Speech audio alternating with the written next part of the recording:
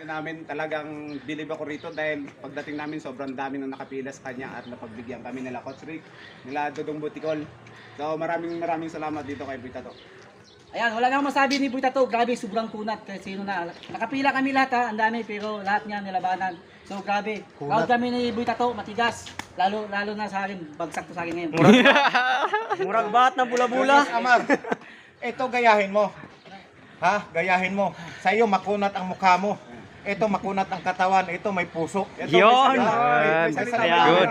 May tira. Ilan kami pinapunta dito. Although pasalamat ako kay Butato, no? Although nakita mo naman yung respeto natin kay Butato. Yan. Lahat ng mga vlogger dito no respeto ako. Yan. Ikaw lang ang walang respeto. Hindi maganda para sa iyo yan. Maniwala ka sa akin. Babagsak. Tsaka bilib ako dito sa mga time Tsaka bilib ako dito sa mga fighter na to kasi at saka buo yung loob.